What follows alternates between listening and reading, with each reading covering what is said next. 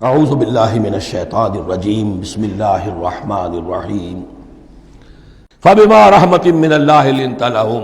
یہ آیت بھی بڑی اہم ہے سورہ مبارکہ کی۔ اجتماعی زندگی، جماعتی زندگی، جو بھی امیر ہوں، صاحب امر ہوں، جن کے پاس ذمہ داریاں ہوں، ان کے تحت ان کے ساتھی ہیں، آخر وہ انسان ہیں، ان کے بھی جذبات ہیں، ان کے بھی احساسات ہیں، ان کی عزت نفس بھی ہے، ان کے ساتھ نرمی کی جانی چاہیے، سختی نہیں۔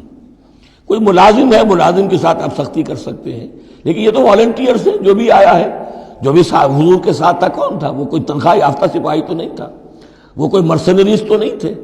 یہ لوگ آئے ہیں، ایمان کی وجہ سے آئے ہیں۔ اب بھی کوئی جماعت ہے، دینی جماعت بنی ہے، تو جو بھی لوگ اس میں کام کر رہے ہیں، تو وہ جو ساتھی ہیں ان کے ساتھ ان کے امراء کو نرم رویہ اختیار کرنا چاہیے۔ فبما رحمت من اللہ لنت لہم، تو یہ تو اللہ کی رحمت کی بات ہے۔ اللہ کی رحمت کا مظہر ہے نبی کہ آپ ان کے حق میں بہت نرم ہیں۔ وَلَوْ كُنْتَ فَظًّا غَلِيظَ الْقَلْبِ، اور اگر ہوتے آپ تند خو اور سخت دل، لَانفَضُّوا مِنْ حَوْلِكَ، تو یہ آپ کے ارد گرد سے منتشر ہو جاتے، آپ کو چھوڑ کر چلے جاتے۔ کوئی کارواں سے ٹوٹا، کوئی بدگماں حرم سے، کہ امیر کارواں میں نہیں خوئے دل نوازی۔ فاعف عنہم، اب چونکہ اتنی بڑی غلطی ہوئی تھی، بہت بڑا چرکا لگ گیا تھا مسلمانوں کو، حضور سے کہا جا رہا ہے اپنے ان ساتھیوں کے بارے میں بھی اپنے دل میں میل مت آنے دیجیے۔ غلطی ہو گئی ہے، کوتاہی ہو گئی ہے، اللہ نے معاف کر دیا ہے۔ فاعف عنہم، تو آپ بھی انہیں معاف کر دیں، عام حالات میں بھی معاف کرتے رہا کریں۔ واستغفر لہم، جو خطا ہو گئی یا ہو جائے اس پر استغفار کیا کریں ان کے لیے۔ وشاورہم فی الامر، اور یہ نہ کریں کہ اب آئندہ ان کی کوئی بات نہیں سننی، نہیں، مشورے میں شامل رکھیے ان کو بھی، اور ان سے مشورہ کرتے رہا کیجئے امر میں۔ اس سے بھی باہمی اعتماد پیدا ہوتا ہے کہ ہمارا امیر ہم سے مشورہ کرتا ہے، ہماری بات کو اہمیت دیتا ہے۔ یہ بھی گویا کہ در حقیقت اجتماعی زندگی کے لیے بہت ہی ضروری بات ہے۔ فَإِذَا عَزَمْتَ، البتہ جب مشورے کے بعد آپ کا دل ٹھک جائے، آپ ایک ارادہ کر لیں، فیصلہ کر لیں، فَتَوَكَّلْ عَلَى اللَّهِ، تو اب کسی شخص کی بات کی پرواہ نہ کیجئے، پھر توکل سارا اللہ کی ذات کے اوپر۔ یعنی حضور نے مشورہ کیا تھا اس وقت، کچھ لوگوں کی رائے وہی تھی جو حضور کی رائے تھی، لیکن کچھ حضرات نے کہا کہ ہم تو کھلے میدان میں، ہم کاہے کو جان بچا کر بیٹھے یہاں پر، ہمیں تو شہادت کی موت چاہیے، شہادت مطلوب و مقصود مومن۔ تو حضور نے ان کی رعایت کی، فیصلہ کر دیا۔ اب جو فیصلہ حضور کا ہے، اب اس پر توکل، اس لیے کہ اس کے فوراً بعد جب حضور حضرت عائشہ کے حجرے سے برآمد ہوئے ہیں تو خلاف معمول آپ نے زرہ پہنی ہوئی تھی، ہتھیار لگائے ہوئے تھے۔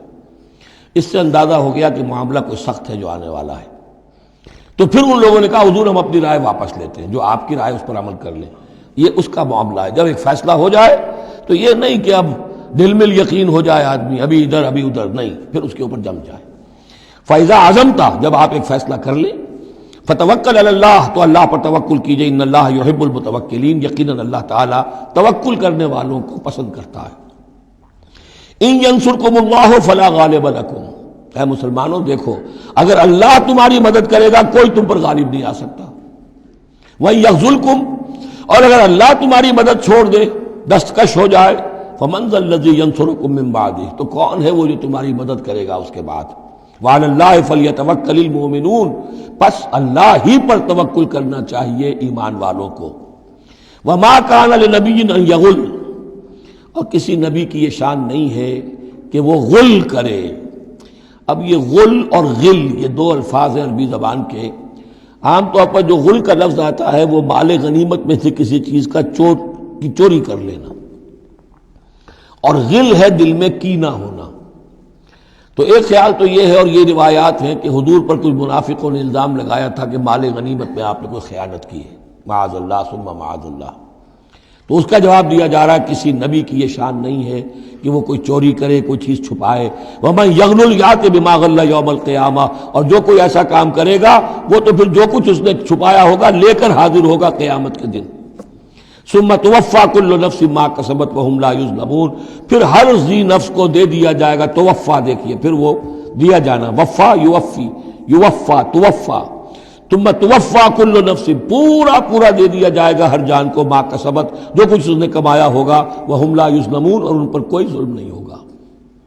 ایک رائے البتہ مولانا اصلاحی صاحب نے ظاہر کی ہے کہ یہاں غل بمانی غل ہے، یعنی الزام یہ لگایا گیا تھا یہود منافقین کی طرف سے، عبداللہ ابن ابی کی طرف سے، یہ بڑے ایمبیشس آدمی ہیں محمد صلی اللہ علیہ وسلم، اور یہ عرب پر اپنی حکومت قائم کرنے کے لیے انہوں نے ہماری جانوں کو تختہ مشق بنایا ہے، ہمیں استعمال کر رہے ہیں، ہمیں مروا رہے ہیں، تو گویا کہ ہماری خیر خواہی نہیں کر رہے بلکہ ان کے دلوں میں ہماری جو ہے وہ بدخواہی ہے۔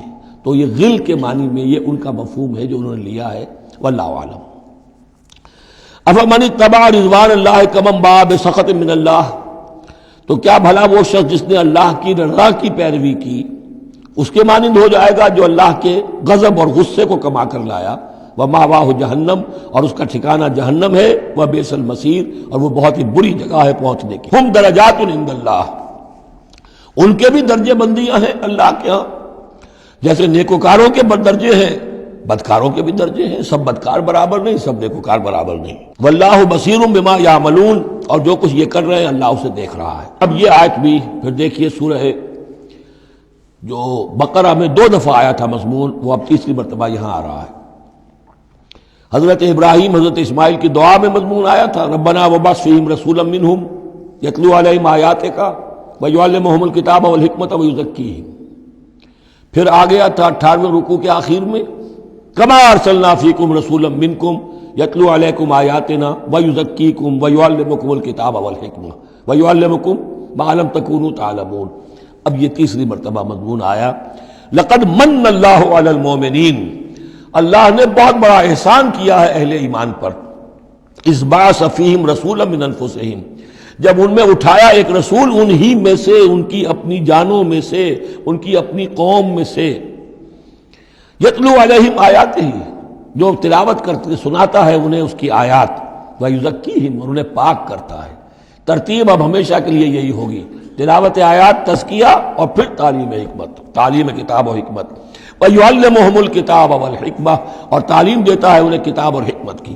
وَإِن كَانُوا مِن قَبْلُ لَفِي ضَلَالٍ مُبِينٍ، اور یقیناً اس سے پہلے یعنی رسول کی آمد سے قبل تو وہ لازماً کھلی گمراہی کے اندر مبتلا تھے۔ صدق اللہ العظیم۔